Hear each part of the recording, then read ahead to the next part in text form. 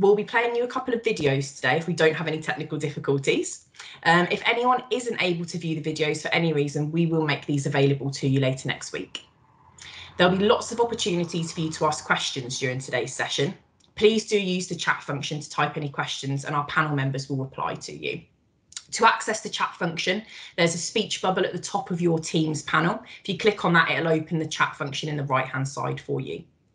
We'll also be doing a poll later on in the presentation to get your thoughts, and we'll be posing some questions to you to get your ideas.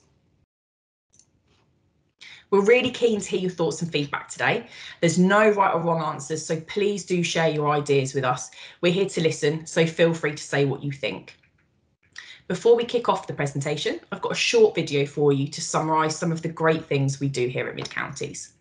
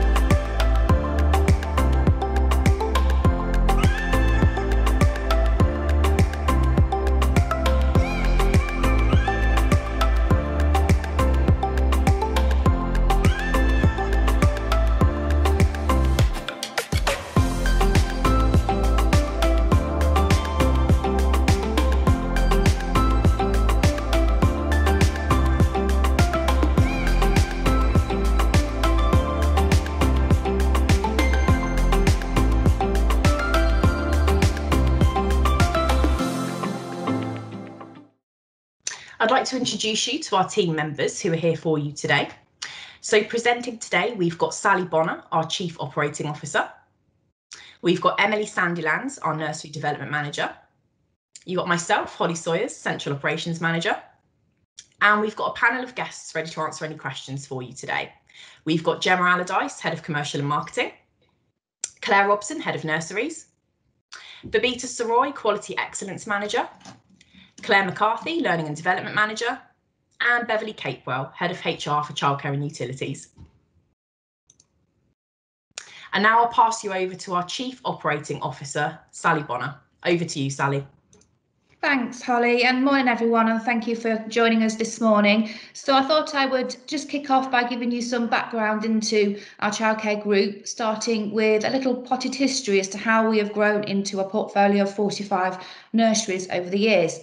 It all started with Imagine Co-operative Childcare, originally formed part of Oxford, Swindon and Gloucester Co-operative Society in 2002, and then Keynes Cross was the latest addition to Imagine Childcare when it opened its doors to a new built nursery in 2004, just before Mid-Counties formed in 2005. Our biggest growth came with the acquisition of Buffer Bear nurseries in 2010. Excuse me, becoming a national provider overnight, which shortly afterwards became known as the Co-operative Childcare. 2012 was our busiest year and we welcomed several smaller providers into the Co-op family. We then welcomed 8 Places for Children nurseries in 2013, followed by Midlands-based First Steps nurseries in 2016. And then bringing us right up to date, and 3 months just before the pandemic hit, is when we onboarded our 3 North East nurseries in December 2019. So we operate a really diverse portfolio of 45 nurseries across England, and we serve a variety of strategic partnerships and communities. Whilst we offer nearly 3,500 full-time equivalent places across our estate, we provide care and education for just shy of 5,000 children who are registered with us. That makes us the 7th largest provider in the UK. We employ 1,300 colleagues and we deliver some of the best care and early education experiences, resulting in the group being 100% good and outstanding. And we're really extremely proud of who we are today. Our cooperative value is at the heart of everything we do, and they are brought to life through our distinct and ethical approach to early education and development. But we want to be known so much more than our Ofsted rating. We want to be known for having unrivaled care and education, have the best foundation for starting school, offer real tangible differences to families, So then families and schools will seek us out in the future. On the slide here, you can see some examples of how we're already doing this and how we've already started to shape the group into a different childcare provider. And one that you can be really proud of. And we've shouted out about a couple of these things you may have heard, particularly around the intergenerational care programmes and our Millie's Mark accreditation, whereby all our childcare colleagues are paediatric first aid trained. But something we've never done before is package this all up together into our very own fresh approach to learning. That considers long and trusted teaching methods that intertwines co-op values and with our big initiatives and accreditations too. And that drives the best childcare development and it prepares children for life in the modern world. But it's also aligned then to the early years foundation stage, which is the regulatory side of things and Ofsted obligations. And then the cooperative values and principles provide the best model for educating our young children today. We're so proud, we're raising the next generation of our cooperators, and we need to shout a lot louder about how proud we are to be in this unique position and to be able to do that. So there's some really, really exciting things to come. But there's no denying that the last 12 months have been extremely difficult for the childcare sector and uniquely challenging for all those working in the early years. And I'd like to share a little bit of that journey with you over these next couple of slides. Changes to our everyday lives have taken place on a scale that was previously unimaginable, and I don't think that will ever be forgotten. And during this incredibly turbulent time, we've made some changes and adapted our ways of working to ensure every nursery was safe and hygienic as possible without compromising the happiness of our children in our nurseries. And this video provides you with a little snapshot of what you can expect at any one of our 45 nurseries today.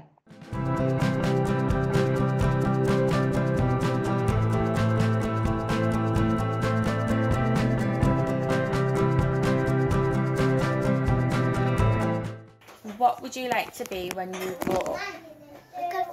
A golfer. Fireman.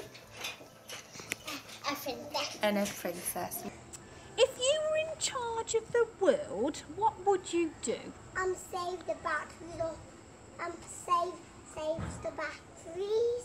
And I'll pick up all the rubbish on the floor. And I even saw some rubbish in a little stream on the two sides. Oh no. That's my nanny and granddad. What would you like to be when you grow up? I'll be a superhero. You want to be a superhero? What about you, Toby? I'll be Spider-Man. You want to be Spider-Man? How do you think we can save the planet? By not wasting the planet. Yeah? By not using the electricity so much. When you grow up, what would you like to be? I want to be a ballerina. I like to be a ballerina. If you were in charge of the world, what would you do? Tell people what to do. How can we look after each other better? Cuddling.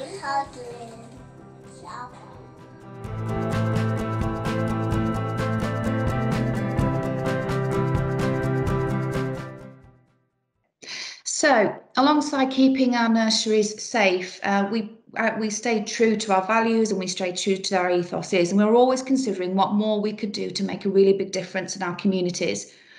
And through careful planning and new control measures, we were able to keep just over a third of our nurseries open during the early lockdown. Importantly, these were in the main close to or on the sites of NHS hospitals, because we wanted to play our part in supporting the NHS and other critical workers to keep their children safe, to avoid situations where they may be forced to rely on elderly relatives or indeed to give up work themselves. We also felt it right to suspend all fees for parents unable to use our facilities, and in addition we launched a Frontline Hero Support Fund to offer practical help through reducing their childcare fees to help parents working for the NHS and other critical areas. We also launched a Helping Hands campaign, and that was supporting families across the country who have been impacted by redundancy as a result of the pandemic, and then we also was able to offer genuine help and advice. And it was important to us, and I know to our elderly friends, that we stayed in touch with them too. So we continued our intergenerational relationships across all 45 nurseries using technology and by sharing pictures and gifts. But throughout this crisis, our colleagues have been the essence of dedication, professionalism and selflessness. During the adversity of the last year, they have remained committed to delivering the vital care and education. In turn, we were committed to keeping them safe. Most of the steps we took to raise the safety standards to protect our scenes, you saw in the video just there. But we also did a couple of other things, like financially supporting our colleagues to travel to work safely by taxi to avoid public transport.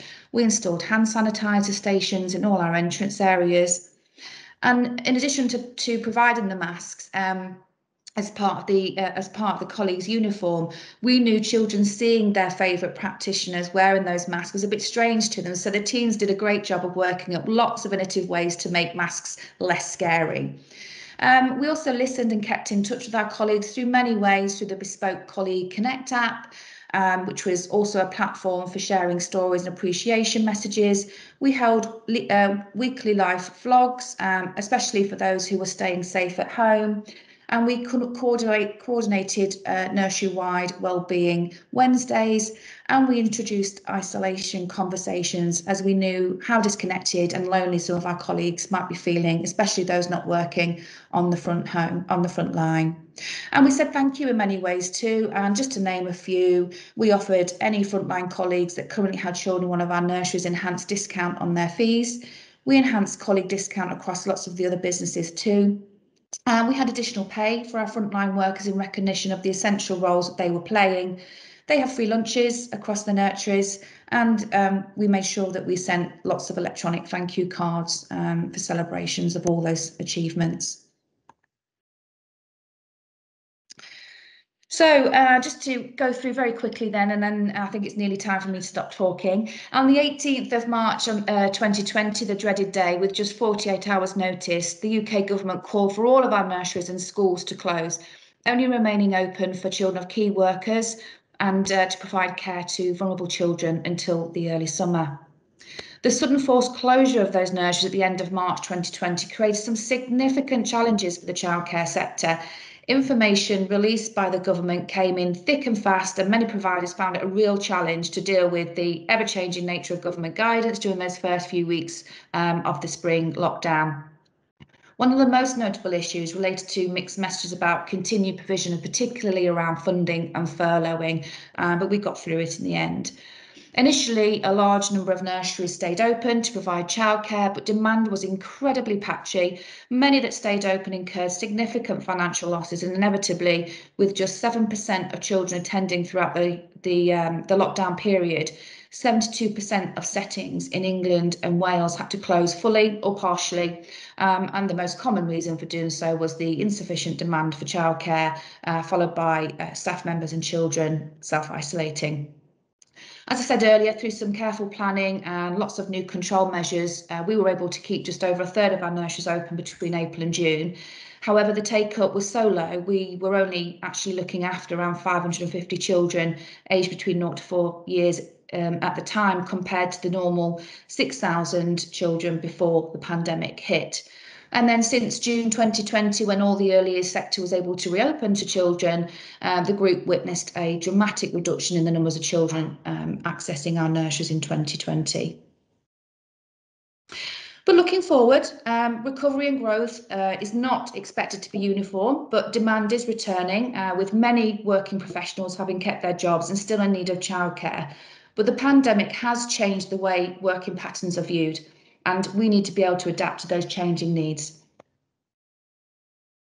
We're seeing some really positive trends come out of the pandemic for working families, with an accepted new tolerance for working from home, with more flexibility as well. When choosing a nursery location, proximity and location has been key, but with different locations drawing different types of audiences, commuter routes, near to workplaces, or indeed close to the home. But when a full return to on-site or office working is permitted, opinion polls are suggesting that the majority of parents will, wherever possible, opt for more flexible combination of working from home and commuting. Flexibility will be key to meeting the needs of parents and carers in a post-COVID world. It's not just about the physical location of work that's changing, it's the hours of work that are evolving too. The traditional 9 till 5, Monday to Friday, are becoming less common as parents are proactively searching for ways to fit their careers around their family priorities. So demand for childcare is shifting geographically as well, as families seek care provision that is close to their homes rather than train stations or their workplaces. This change goes hand in hand with the evolution of working patterns and behaviours of parents, as nurseries in more in dense or residential areas are outperforming many of the city centre ones. Commuter routes, on the other hand, en route to towns or city centres, are expected to benefit in the medium to long term as parents are prepared to live a little bit further away from their workplaces if they're going to be going to their offices less frequently.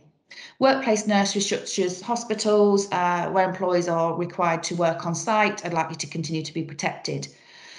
But I come back to the flexible working in the new world again, because this means an evolution from potentially fixed monthly or weekly charges to be more adaptive, an introduction of more flexible models, which includes opening early in the mornings, later in the evenings, even weekends, and even flexi days between different weeks.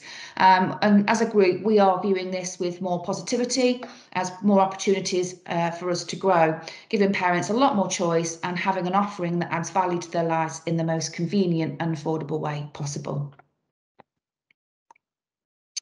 So I'm going to stop talking now and pause for a minute and hand over to you. And you just heard a little ping in the chat bar. Holly has posted a link to a poll in the sidebar. If you click on there, you'll be able to help us by telling us which of these factors would be the most important when choosing a nursery. If you could order them in the list of most importance at the top to the least important at the bottom, that would be great. And if you consider these 4 options: location close to home, location close to work, location close to a commuter route or train station, or flexible hours or days.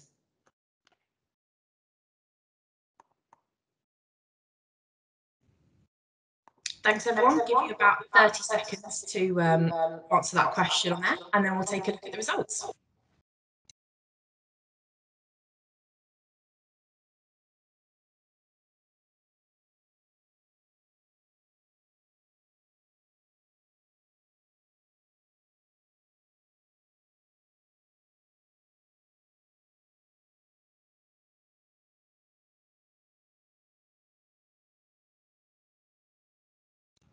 Have a final few seconds to let the last of you just get those results in there.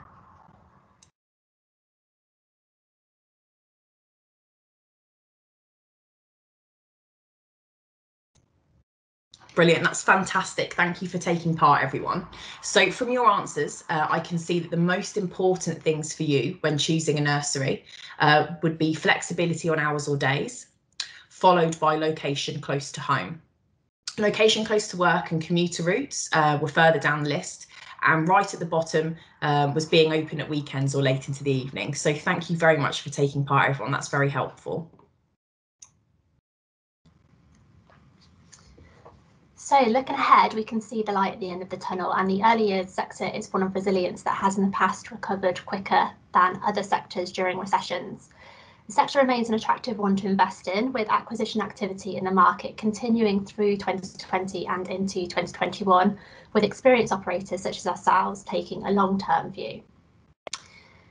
I'm excited to welcome you to our brand new purpose-built nursery and preschool based in Cheltenham, which will be opening its doors this September. Key drivers for this nursery are the 7,000 children aged between 0 to 4 within a 10-mile drive time, the substantial local workforce driven primarily by the proximity to GCHQ, as well as other local employers delivering over 6,000 workers within half a mile of the nursery. It also has strong infrastructure links to the A40 and the M5, supporting the commuter option. And like Sally mentioned earlier, parents are citing that they are perhaps prepared to live further away from their workplaces. So in overall terms of demand, this area presents great opportunity. So we're hugely excited to open this nursery, and it kickstarts our ambitious growth plans in making the Little Pioneers brand nationally known and locally loved. So we're gearing up to make our national brand go more local through our growth agenda. Our ambition is to become the #1 most loved national childcare brand through scaling geographically in order to provide more members with greater visibility and better accessibility to our distinct services. We already have a pipeline of confirmed new nurseries and others in progress, all coming into fruition through an intelligent growth plan that will focus on landing the right nursery in the right place in the right community. By 2026, we will be striving to deliver more than 80 bright, fresh and fun Little Pioneer nurseries, connecting with more communities, with more nurseries for everyone, with tailored offers of tangible points of difference that add value and suit the needs of our local members. Education is an important cooperative principle, and our growth agenda will ensure we are helping to educate even more of the generation just starting out in life.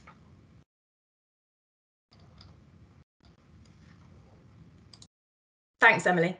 You've heard a lot from us about what we've been up to over the last year, our response to the pandemic, and some of our plans for the future. And now we'd like to hand over to you to get your thoughts and feedback about what else you'd like to see us doing.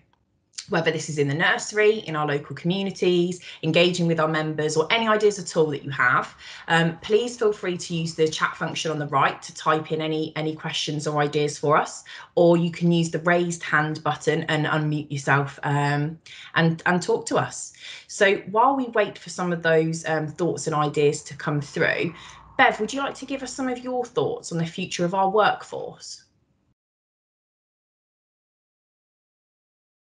You're on mute, Bev.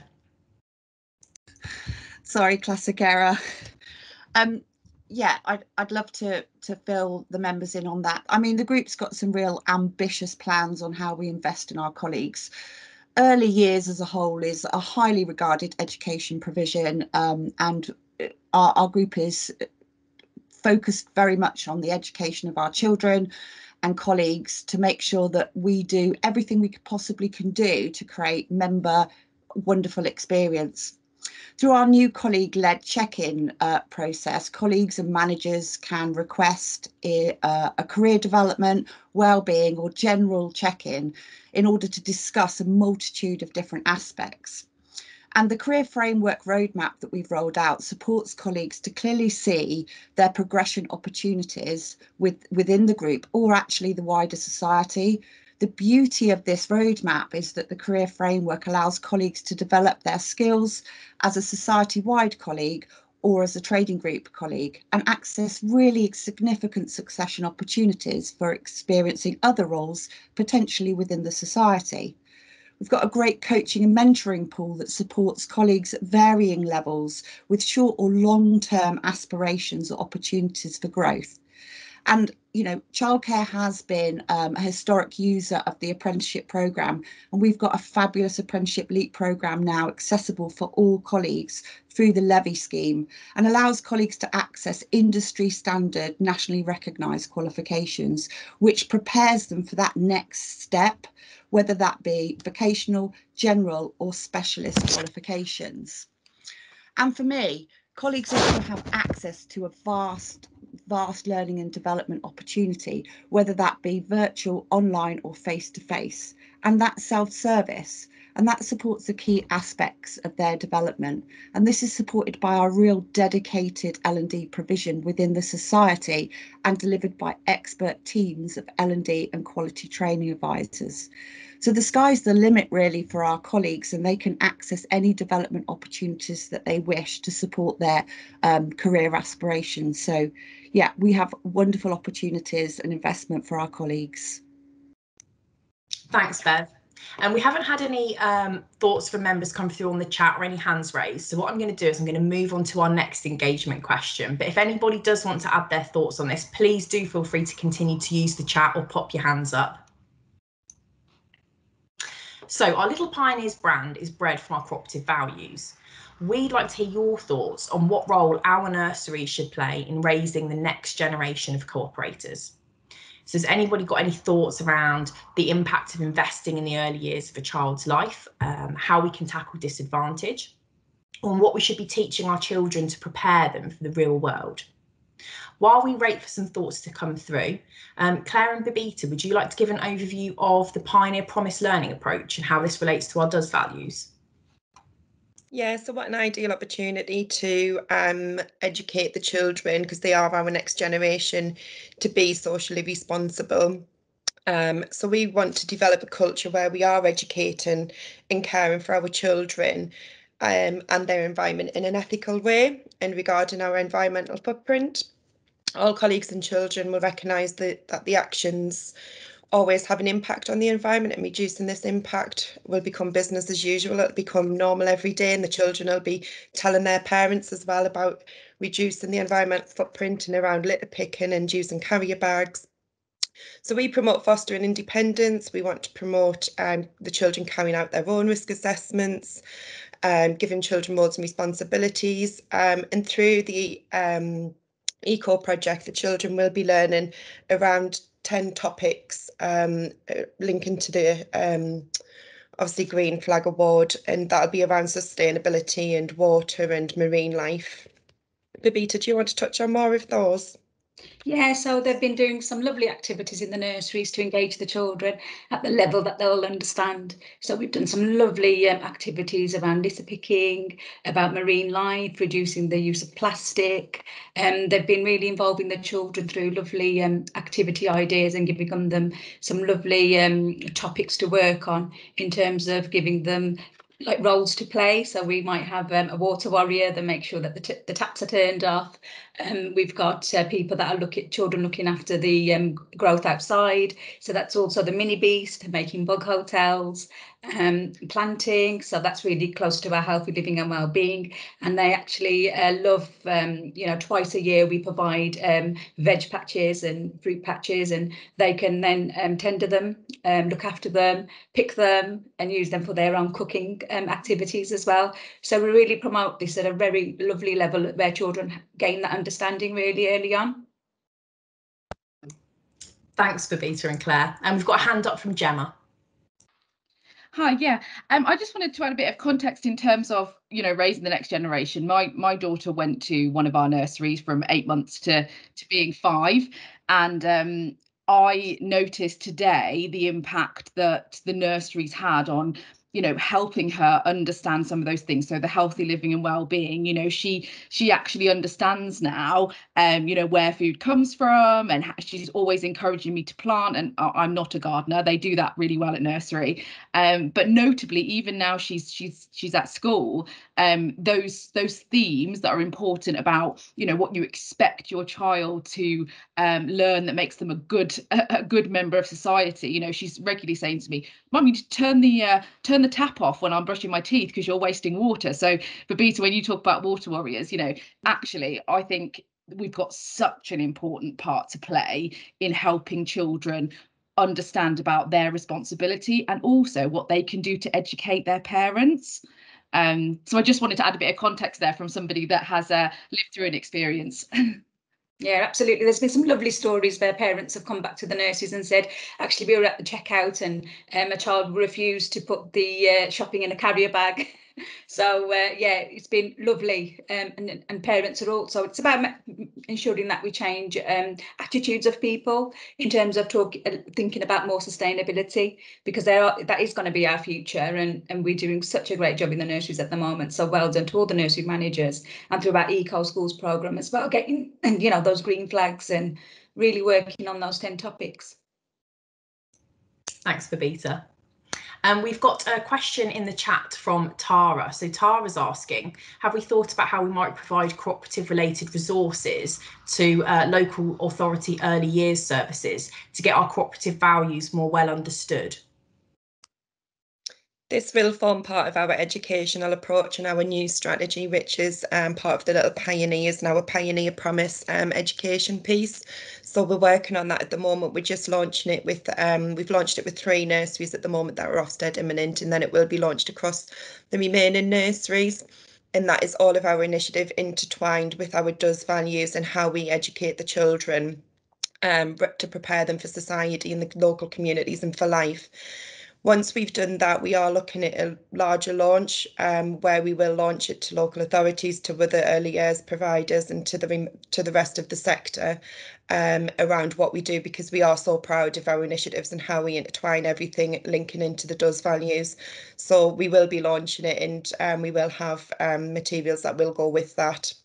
And resources. We will be doing blogs and videos, and we were working in partnership on each of our initiatives as well, who will be promoting those as well, and linking their resources and promoting those.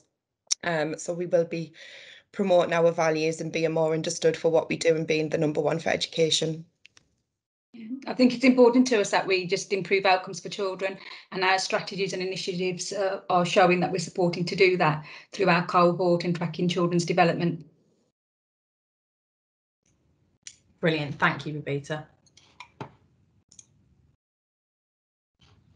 So now we've got an opportunity for any more questions that anybody would like to ask.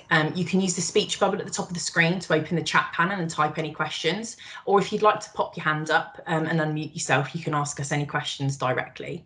We'll try and answer as many questions as we can during the session today. If we do have any more complicated questions, we're happy to take those away for you so that we can come back with a more detailed answer.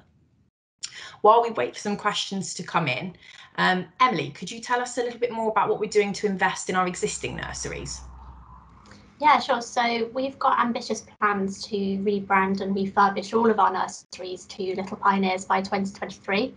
And this year we're rebranding and refurbishing 10 nurseries, and we absolutely recognise the importance of investing in our nurseries, creating those inspiring environments that really promote our co-op difference. And we've also got a refresh strategy, which means that we'll continually be investing in our nurseries by refreshing every nursery every 2 years post refurb to make sure that they do maintain that fresh, bright, clean look and feel.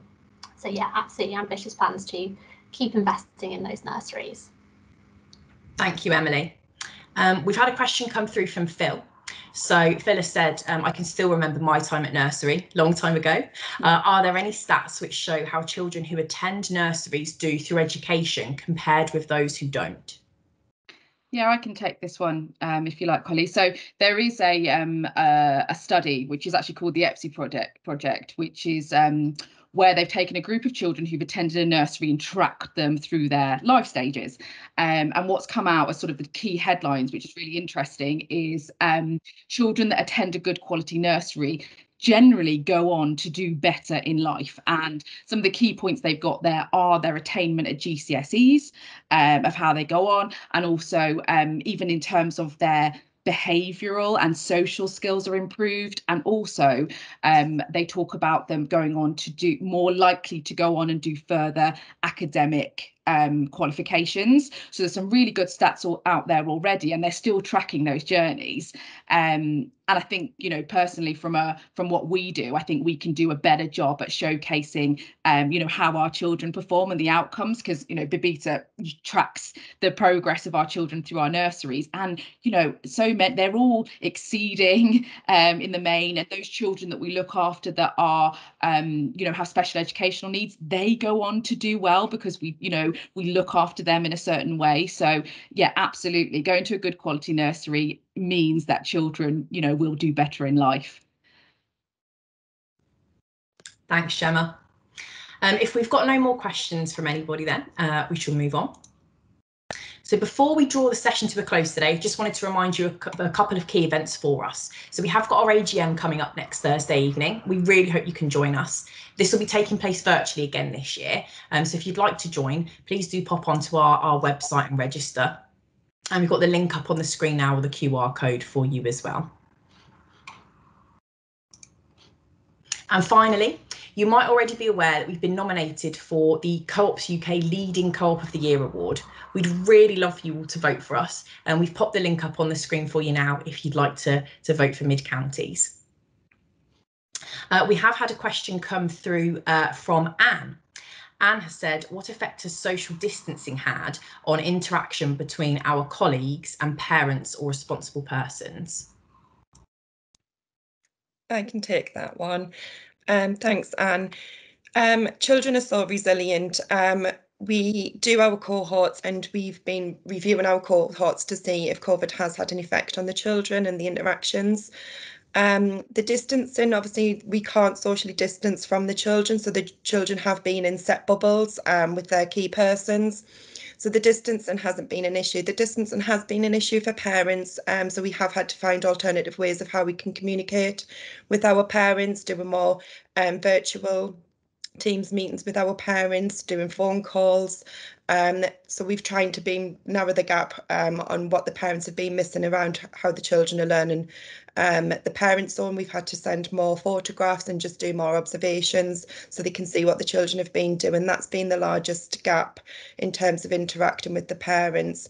In terms of the children through COVID as well, we thought the masks we might have seen children's communication and language drop a little bit because of wearing the masks, and that hasn't. The main impact has been through quality interactions, not seeing the facial expressions, but the teams have just been doing such a good job on how they've been doing activities and the quality of teaching and learning, that when we've just pulled the recent cohort, 96% of our children are still at the expected level, and even some of our special educational needs children, we've got 20 across all of our nurseries, and 12 of those have made significant progress, which is just exceptional through this time. And 8 we're working towards, they're still emerging, and we're working with those other professionals.